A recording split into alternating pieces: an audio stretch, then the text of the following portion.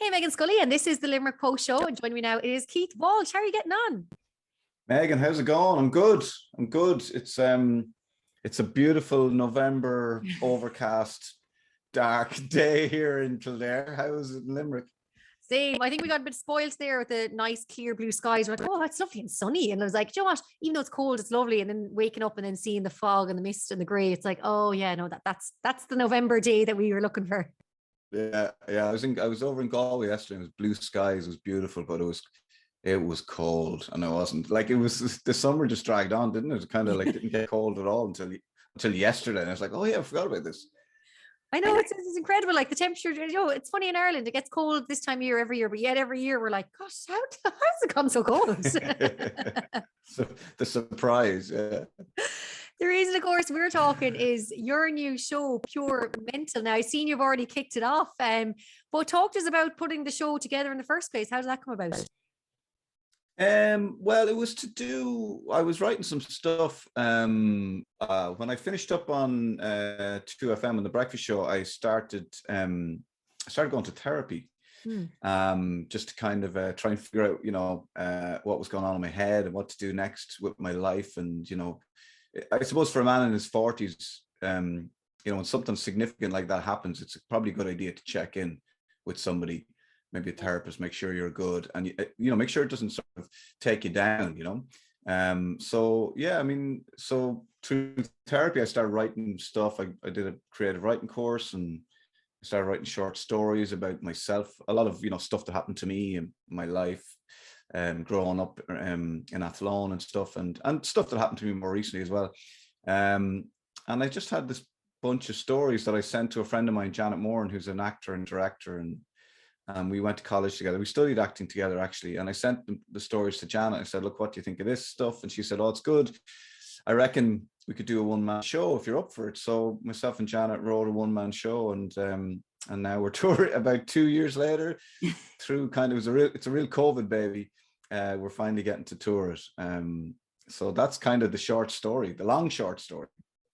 I suppose you turned kind of a negative maybe moment into a positive moment. And, I think, being so open and honest about going to therapy as well is great. And I've been following social media for years now, and I kind of feel like I've followed the journey as well. So, and I think, I suppose when people are listening to you, especially when it comes to breakfast radio, because we know breakfast radio is really upbeat, it's energy, it's, up in the morning and you're really bright and, you're not tired at all because you can't be because you're in breakfast radio. And, I think people then just assume you're like that all the time. Like I worked in breakfast radio myself, and even at, 6 o'clock in the evening, people are like, why aren't you still hyper? And you're like, I need to sleep.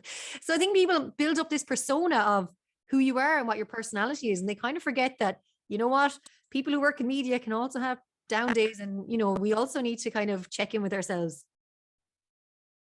Yeah, especially with breakfast radio, you really need to look after yourself, because it is basically an adrenaline rush first thing in the morning, and then you basically crash for the day, and then you're struggling to get sleep that night, and then another adrenaline rush when you get up the next day. And that's like, with 2FM, I was on that cycle for 5 years, and I mostly did breakfast. So I was kind of doing that for 20 years. So, night shift is not good for the head and for the body. So it's kind of like, your body clock is in shock. And I started having panic attacks, towards the end of the breakfast show the last couple of years. I had a panic attack on air where I had to walk out of the studio.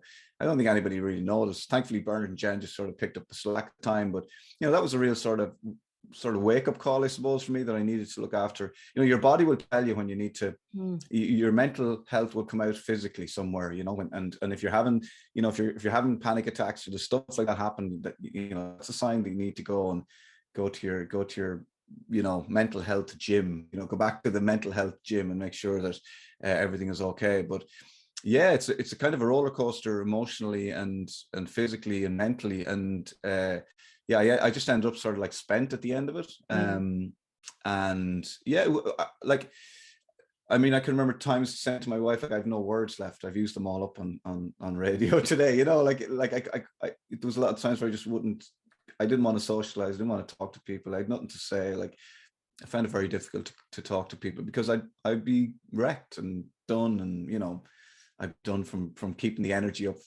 during breakfast. And I can remember one time saying something on breakfast like, oh God, I'm just not feeling it today.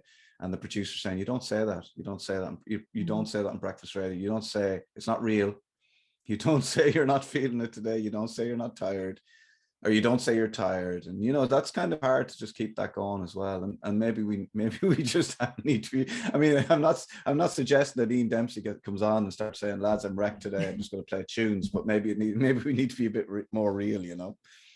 Yeah, I think so too. I think it's because it is, when you're honest though as well, I think the listeners do, they get into it as well, because if they wake up and they're tired and they hear you being tired, I know, as they say, breakfast, you're meant to wake up the nation and whatnot, but wake up the nation. Yeah, wake up the nation. But also you're like, I'm not even awake yet myself. I have to ask you about the transition then from like, being on radio full time to then being in front of a live audience, because I know when you're on radio, we know ourselves, like I suppose now with social media, if you're on radio, you're kind of on camera a lot more. But how has it been for you making that transition to the microphone, just the microphone, maybe in studio, to the live audience now with Pure Mental? Yeah, well, like the thing about radio is that, and even television, you've got a script in front of you, you've got your piece of paper, you've everything written out, and you can always play a song, or especially with television, your bits are only going to be like 2-3 minutes long, and then you've either got a clip or a piece of video or something, or an ad break coming up. So yeah, live.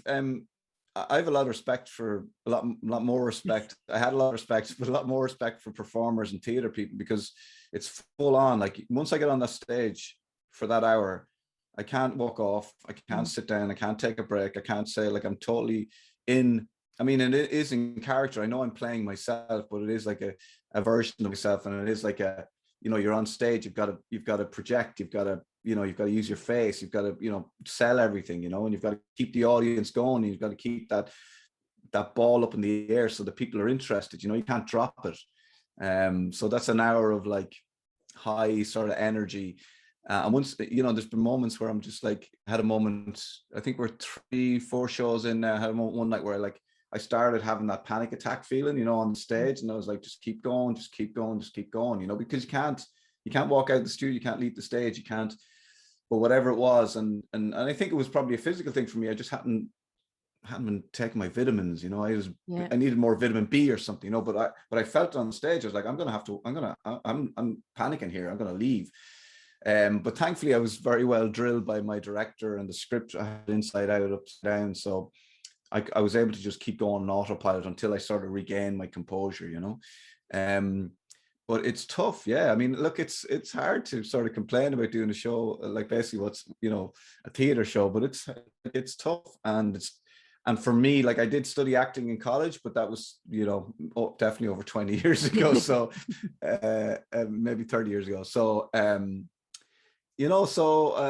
but it's a buzz, I mean, before the show, I turn on, I got a speaker in my dress, turn on tunes, and I sing at the top of my voice, and I jump around and I rock out for a while, and I go up on stage and I just go for it for an hour, and there's a buzz afterwards, so and it's like, it is about mental health, and it is about my life, and it is whatever, but it's there's some good laughs in it, like it's a bit of crack. I think it's good to have the mix there, though. I think, because I think sometimes we have to use a bit of dark humor with dark subject matter, a bit of humor with subject matter, to kind of make it feel more maybe comfortable for people. Because I think, a lot of people still are kind of, it's hard for people to talk. And as much as we trying to say to people, talk, I think sometimes when you can kind of mix the shade and the light, you can kind of help people maybe to understand it a little bit better. Yeah, but also like mental health, when people talk about going to the gym and looking after their physical health, they don't suddenly go, just going to talk about the gym now. So mental health is very similar to going, like, you're looking after your mental health, should be the same as looking after your physical health. If you're getting your 10,000 steps in a day, you need to be doing maybe a bit of meditation, or going to your counselor, going to your whoever, doing whatever it is for your mental health. Journaling, there's loads of things you can do that don't cost money. Journaling every morning is a great way, but you've got to be looking after those things, and it shouldn't be tilt the head to the side, hush tones, mental health. Mental illness and mental health are kind of, not that they're separate things, but there are people who suffer from serious mental illness, and that is like a whole other world and a whole other place that needs looking at. But what I talk about, and what most people you see on social media talk about, it's mental health. It's looking after your mental health so you don't end up in mental illness. And it's like heading things off at the past. So, you know, when I lost that job that I loved, rather than just, you know, letting my how I felt about it, letting my mood at that time dictate what happened next, I went to try and change my mood so that I could sort of like, you know, maybe I could take control back, and you know, make good decisions, make well-informed decisions. So I'm not making decisions from an angry place or you know, a place of disappointment. I'm making a decision now. And you mentioned earlier turning a negative into a positive. And that was a very that was a decision I made. So I'm going to get something out of this. I don't know what it is, but I'm going to get something out of it because it's an interesting period in my life. I think other people can learn something from it. And that was a decision. I said, let's you know, let's tackle this head on and see what's going on under the bonnet and come out with something good, you know. I think it's brilliant what you've done. You said you have the show now, Pure Mental, and it's going to be in the Bell Table here in Limerick on Friday night. And I know tickets are available at countrytheatre.ie. But Keith Walsh, I have to say, I love the sound, but I think, and it's great. It's so great to chat to you and, you know, to see, you know, all the things you mentioned there that I think are so valuable, like going to therapy and, you know, like losing that job at your age. And you're saying there, like, you know, you kind of were like, what'll I do? And turning that negative around and now setting up this other kind of career for yourself too. And also, you know, you mentioned there about going to study acting when like 20 something years ago, but sure, it's what they say, it's like riding a bike, sure, it always comes back. Yeah. So it's coming back to me very slowly, but it's coming back to me. It's just fine. And I just want to say to anybody that wants to come along, it's not a lecture. It's not a lecture about mental health. It's not stand up. It's a play. It's from start to finish, you know. I take on different characters. I play, you know, teachers, all teachers. My mother makes an appearance, you know. And I play all the parts, and it's a journey, you know. There might be some tears, but there'll be a lot of laughter as well. So you can expect a good night out, and you have to have your COVID cert. You have to wear a mask, so it's the safest night out in town going to the theater. So even if you don't come to my show, go to someone's show. Absolutely, yeah. No, I think that's really important, a valid point to make. Keith Walsh, thank you so much for chatting to us on the Limerick Post Show, and best of luck with all the dates that you have for your show as well. Thanks, Meghann. Thanks a million for having me.